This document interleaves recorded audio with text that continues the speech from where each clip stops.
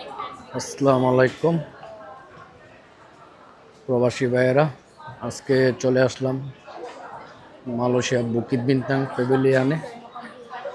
আজকে যে ভিডিওটা করতেছি এটা হচ্ছে প্যাভিলিয়নের আন্ডারগ্রাউন্ডের নিচে, এখানে খাবার, ক্যাফ, তারপর বিভিন্ন চকলেটের দোকান, তারপর হচ্ছে মানে অনেক কিছুর দোকান আছে। এই দেখতে পাচ্ছেন, দেখেন এরকম দোকান। এই যে ডনকাই চীনাদের দোকান, এটা হচ্ছে ডনকাই চীনাদের দোকান। এখানে কেএফসি। তো যারা প্যাভিলিয়নে আসেন অনেকে ভাবেন যে প্যাভিলিয়নের ভিতরে সব কিছুর দাম, তো খাবারও অনেক মনে হয় দাম হবে। আসলে প্যাভিলিয়নের উপরের যেসব রেস্টুরেন্টগুলো আছে ওইগুলো তো মোটামুটি দাম বলতে গেলে ভালো দাম।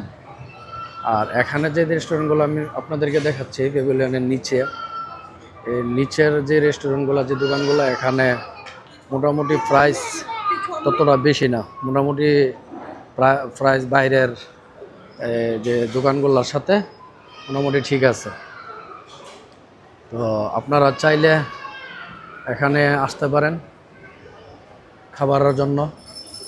এখানে যদি ঘোরার জন্য আসেন অনেকে, তো খাবার তো অবশ্যই খাওয়া লাগে। অনেক দেশি বাইরে আছে বাংলাদেশি খাবার খেতে পছন্দ করেন, আবার অনেকে আছে যে বিদেশি খাবার খেতে পছন্দ করেন। তো আপনারা যারা বিদেশি বাইরের দেশের খাবারগুলো পছন্দ করেন, বুকিত বিন্তাঙ্গে যদি ঘুরতে আসেন, তাহলে আপনাদেরকে বলবো আপনারা এই প্যাভিলিয়নের নিচে জি ফ্লোরে চলে আসবেন। এখানে বিভিন্ন দেশের খাবার তৈরি হচ্ছে এখানে।